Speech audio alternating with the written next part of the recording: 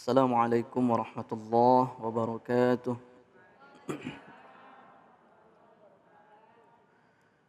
أعوذ بالله من الشيطان الرجيم.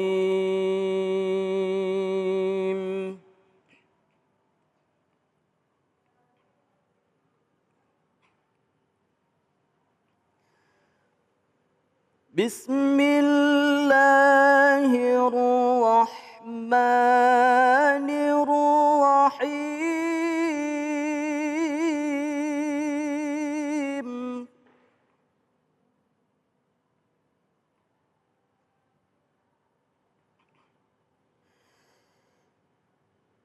وأنكحوا الأيام منكم والصالحين من عبادكم وإمائكم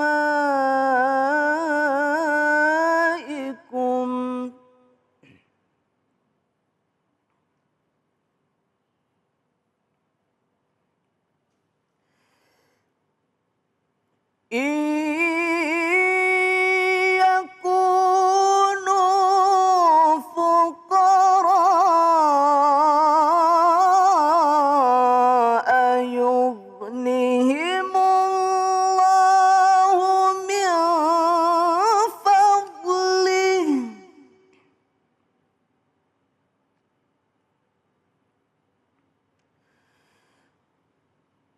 والله واسع عليم.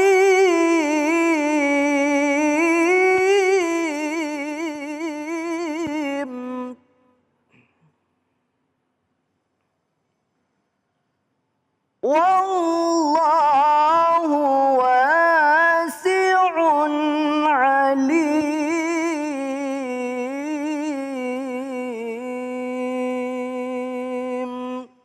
صدق الله العظيم.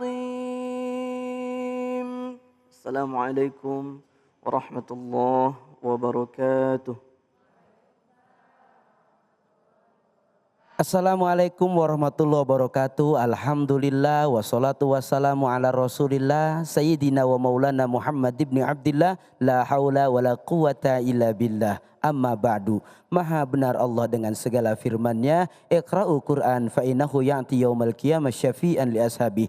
Bacalah Al-Qur'an, maka Al-Qur'an yang akan kita baca tadi akan menjadi syafaat bagi kita semua. Amin amin ya rabbal alamin. Senang sekali saya Abi Gifran kembali menyapa para pemirsa dimanapun berada dalam program Cahaya Hati Indonesia. Mudah-mudahan kita semua selalu diberikan keberkahan oleh Allah Subhanahu wa taala. Seperti biasa kita akan mengangkat tema-tema yang menarik. Di antaranya jangan jadikan pernikahan di atas cinta, tapi cinta di atas pernikahan. Yang kedua adalah di mana urat malumu. Dan yang ketiga, jangan menyekutukan Allah. Insya Allah tema-tema menarik tadi akan dibahas oleh guru-guru kita. Di antaranya Profesor Asrorun Niam, yang kedua Ustazah Sifa, dan yang ketiga Dr. Abbas Mansur.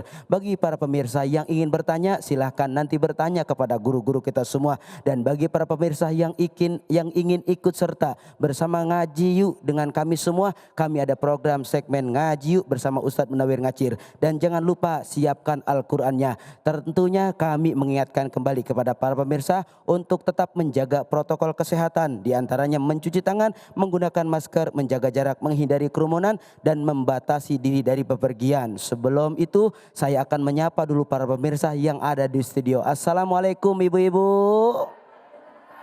Sehat semuanya? Ini ibu-ibu dari Majelis Taklim mana? Nurul Hikmah dari Alhamdulillah. Udah siap mendengarkan tausiah? Semangat. Baik, tausiah pertama insya Allah dari Profesor Kiai Haji Asrorun Niam. Silahkan guru. Terima kasih Ustaz. Sama-sama. Bismillahirrahmanirrahim. Assalamualaikum warahmatullahi wabarakatuh.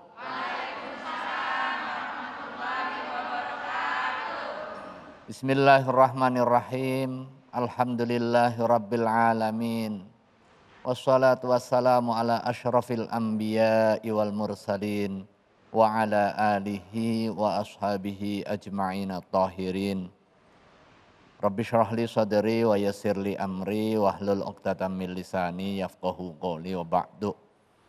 Pemirsa iNews dan ibu-ibu jamaah yang hadir di majelis yang penuh barokah ini. Ibu dulu waktu nikah nunggu kaya apa enggak? Tapi milih suami yang kaya ya? Iya. Suaminya juga enggak mesti kudu kaya dulu kan? 30 tahun yang lalu, 40 tahun yang lalu kita nikah enggak perlu nunggu kaya. Maka pemirsa, kalau sudah siap, enggak usah nunggu kaya untuk menikah.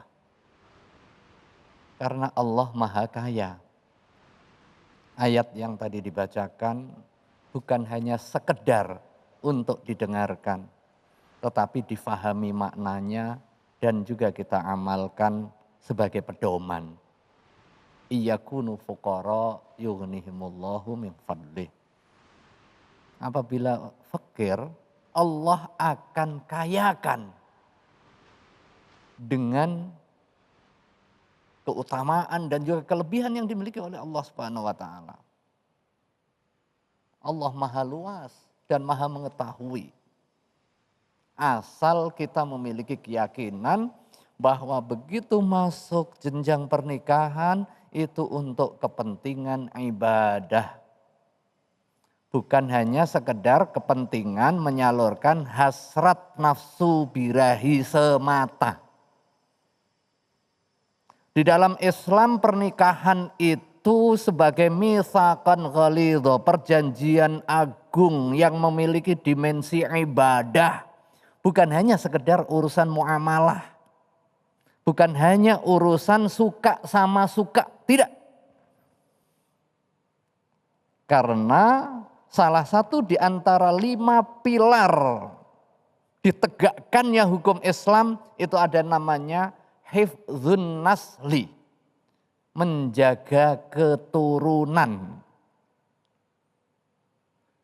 Dan disyariatkannya nikah itu bagian dari upaya perlindungan Islam dari keturunan. Sehingga jelas silsilah nasabnya yang nanti berdampak dengan urusan pelaksanaan aktivitas ibadah yang lain. Kita sholat jelas laki perempuannya, mahram atau tidaknya. Kemudian pada saat nanti waris bagiannya siapa, siapa dapat berapa. Apakah dia masuk kategori ahlil waris atau tidak, sekalipun keluarga. Nah, Islam memperhatikan itu. Prinsip dasarnya al-aslu fil abda' at-tahrim. Hukum asal penyaluran hasrat seksual itu haram sampai ada hal yang membolehkan, yaitu pernikahan. Pernikahan bukan hanya sekedar peristiwa kontrak sosial semata yang didasarkan kepada antarodin, tidak. Berbeda halnya dengan aktivitas muamalah seperti jual beli, seperti urusan utang piutang, seperti urusan bertetangga, seperti urusan kehidupan berbangsa dan bernegara kita. Prinsip itu al-muamalah, hukum asalnya al-ibaha. Tetapi nikah sekalipun hubungannya antara calon mempelai laki-laki dan calon mempelai perempuan, tetapi memiliki dimensi ibadah. Dan begitu kita nikah dengan niat ibadah. Nah, kalau niat ibadah kemudian dapat bonusnya. Melakukan hubungan laki perempuan menjadi halal. Tapi kalau salah pintu, sekalipun harganya mahal, haram hukumnya. Nah, pintunya menggunakan pintu jual beli, nggak boleh. Atau pintunya antara din suka sama suka tanpa ikatan perkawinan, nggak boleh. Atau perkawinan nggak memenuhi syarat dan rukunnya, nggak boleh. Nah, ini yang paling penting di dalam Islam, perkawinan sangat diperhatikan soal rukun dan juga syaratnya.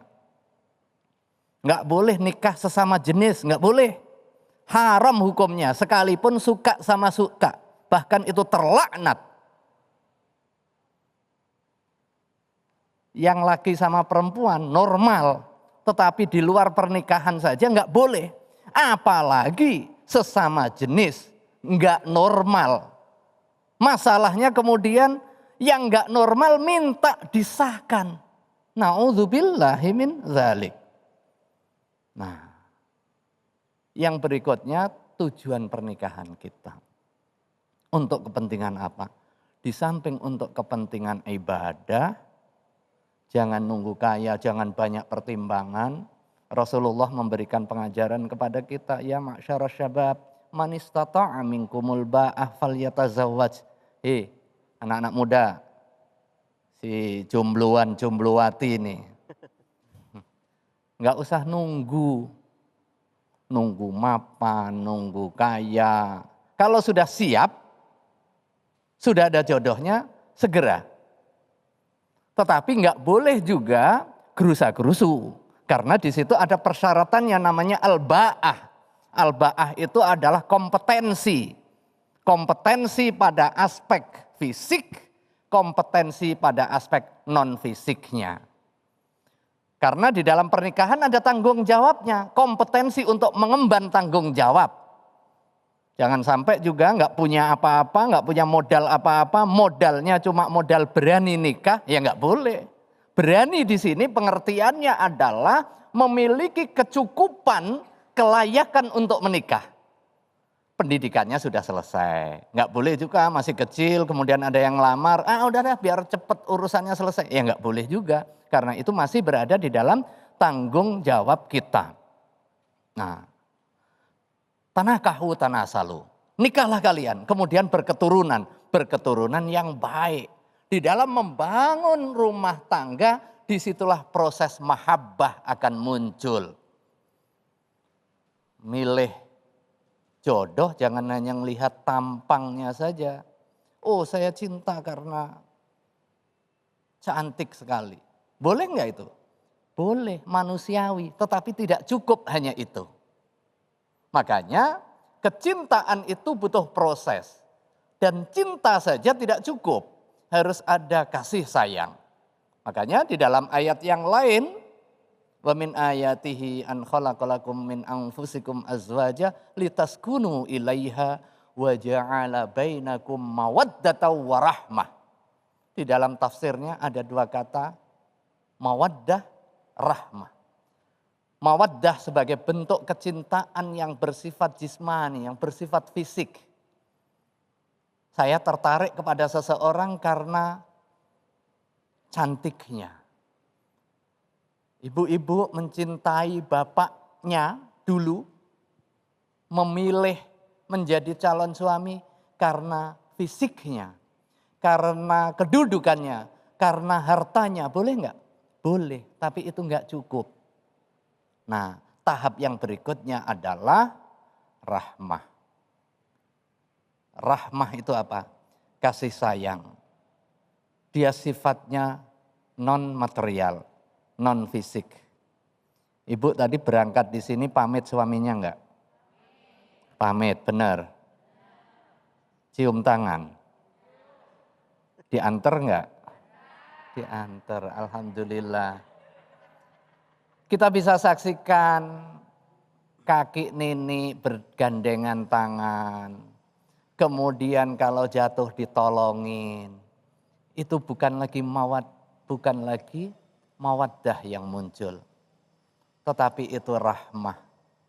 Karena hubungan yang terbangun dengan hubungan batin.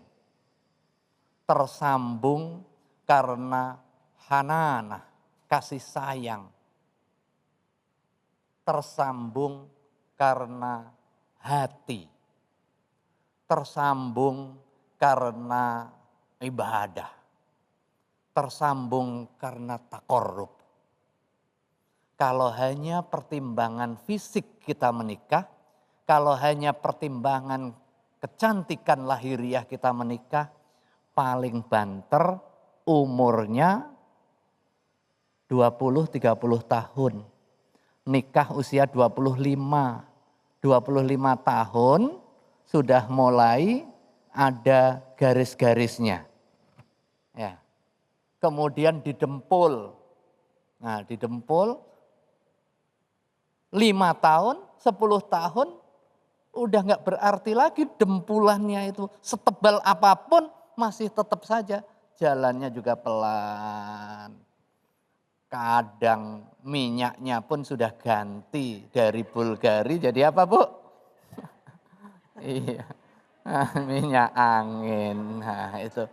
Kalau kecintaannya hanya karena fisik, selesai. Paling banter 30 tahun. Dan kemudian dia akan cari lagi. Nah, diperbarui. Karena sudah nyampe 50, ya sudah tukar tambah 25 kali 2. Kalau pertimbangannya hanya bersifat fisik. Karena itulah di dalam Islam pernikahan itu dibangun bukan hanya karena hubungan yang bersifat fisik semata.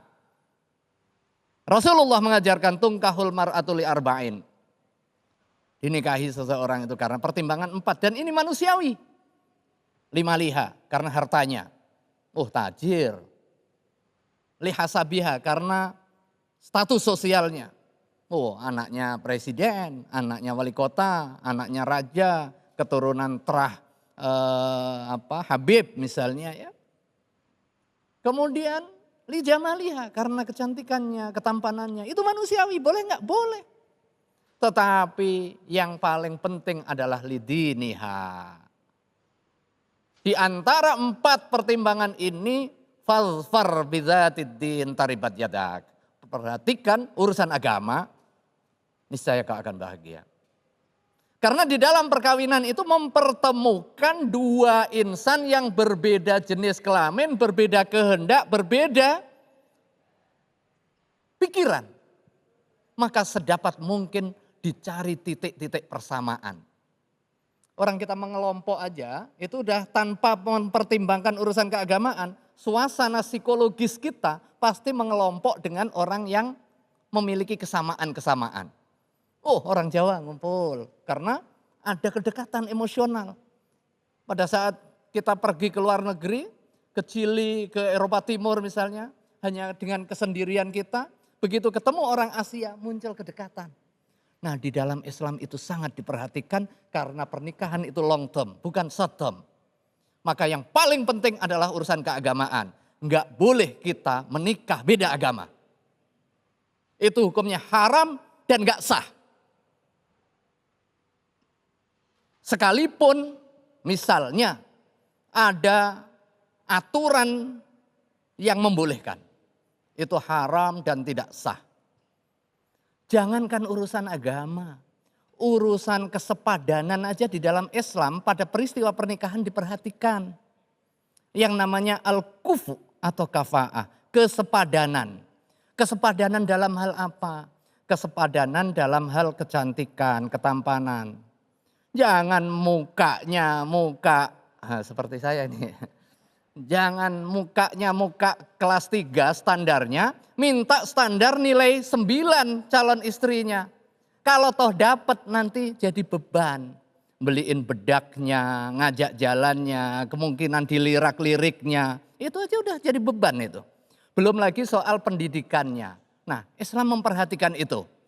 Soal pendidikan disetarakan. Sedapat mungkin mencari yang setara. Biar ngobrolnya itu enak. Kita mau mendidik anak, diskusinya itu enak. Kalau beda jenjang pendidikannya, yang satu nggak sekolah, yang satu S3, maka nggak nyambung itu. Kalau nggak nyambung akan ada kesulitan komunikasi. Nah, Yang seperti ini saja di dalam Islam diperhatikan untuk menjadi sarana mewujudkan sakinah, mawaddah, warahmah. Apalagi urusan yang paling mendasar yaitu urusan akidah, urusan keimanan, urusan keagamaan. Bu, dijaga ya. Wallahu a'lam bishawab. Wassalamualaikum warahmatullahi wabarakatuh. Waalaikumsalam warahmatullahi wabarakatuh. Masya Allah, tabarakallah, Masya Allah, luar biasa guru. Terima kasih banyak atas pemaparan ilmu yang sangat bermanfaat buat kita semua untuk menyelamatkan keturunan kita. Jangan sampai kita yang malah melegalkan hukum pernikahan beda agama. Semoga apa yang beliau sampaikan ini betul-betul menjadi kekuatan dan prinsip yang baik buat kita semua. Setelah ini kita akan mendengarkan tausiah selanjutnya dari Ustazah Syifa. Beliau akan mengangkat tema di mana urat malumu. Jangan kemana-mana, tetap di Cahaya Hati Indonesia.